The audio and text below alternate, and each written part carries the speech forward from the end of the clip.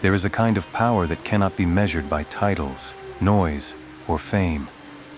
It's not broadcast. It's not celebrated.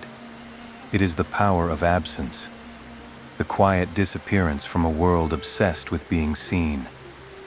They thought I was retreating. They thought I gave up, but they didn't realize. Disappearing was the beginning of becoming everything they couldn't imagine. Part 1. The Tyranny of Visibility. We are raised in a world that tells us, be loud to matter, be visible to count, be known, or be nothing. But what if being known is the very trap? What if being seen is the leash? When everyone sees you, they expect you to perform. You become a projection, a mask, a prisoner of perception. You start living not as who you are, but as who they need you to be. That is not life. That is captivity with applause. And so, I vanished. Not out of fear, but out of clarity. Part 2. The freedom found in disappearance. When you disappear, the world panics. It can't categorize you anymore, can't monitor, control, define, or use you. And in that absence, you find what you were never meant to forget: yourself. No comparisons, no demands, no endless feedback loops of expectation, just stillness. And in that stillness, clarity.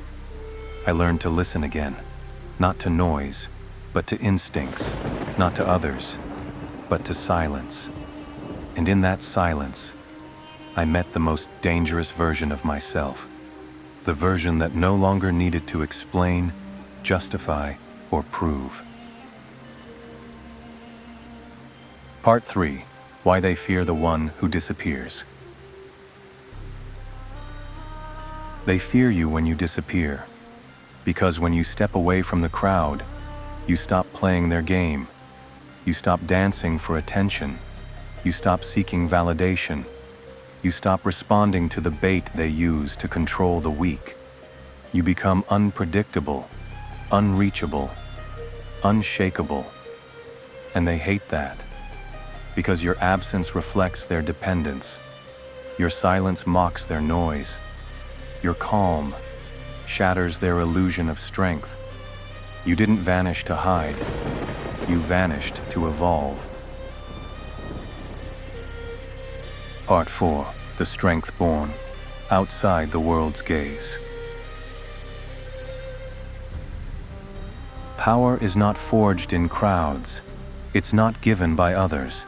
It's built in the dark, in the shadows, in the moments when no one is watching. That is where discipline sharpens, where thoughts become dangerous, where your soul, unsupervised, stops pretending and starts becoming.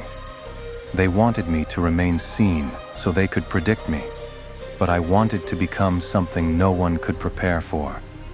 When you disappear, you remove all mirrors and finally see yourself. Not how they label you, not how they want you, but how you were meant to be. Unbound, unchained, and unafraid. Part 5. Return or never come back. They ask, will you ever come back? But the real question is, did I ever leave?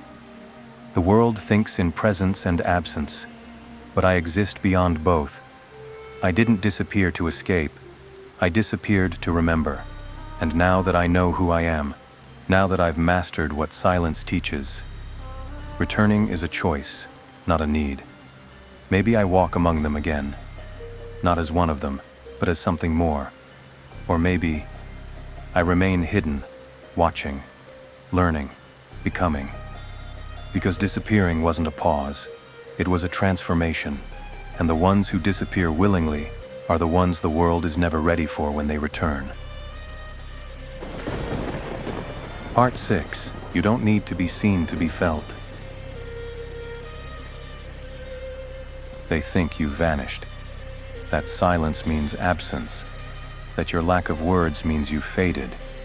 But they're wrong, because presence is not about visibility. It's about weight. There are people who say everything and leave nothing behind. And there are people who disappear, and their silence lingers in every room. You stopped showing up, but they still feel your name when certain topics arise. You left quietly, but they still hesitate when they repeat old habits, wondering if your memory is still watching. That is the power of disappearance.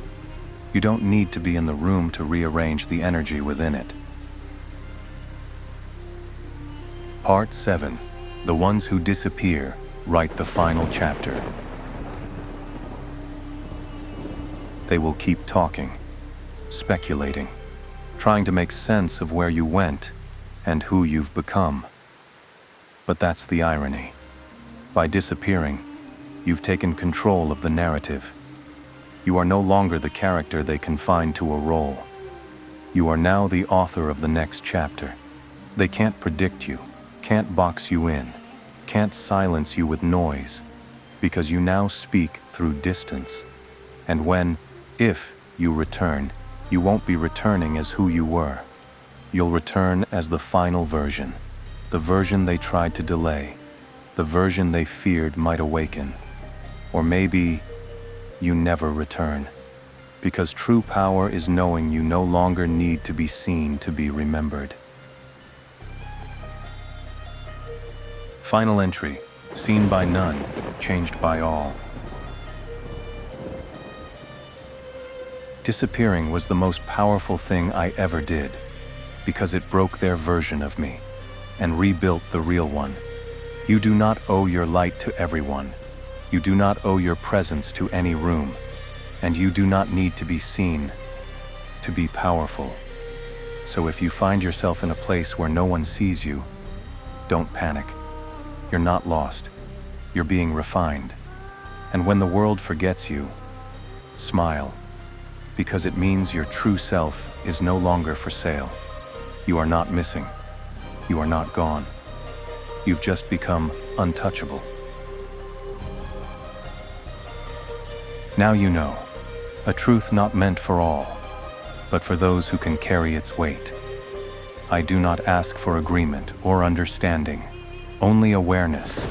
The world will keep spinning, the masks will remain, but you have seen what lies beneath them. Return to the silence when you are ready. I will be here, beneath the rain, watching, waiting, until the next shadow reveals itself.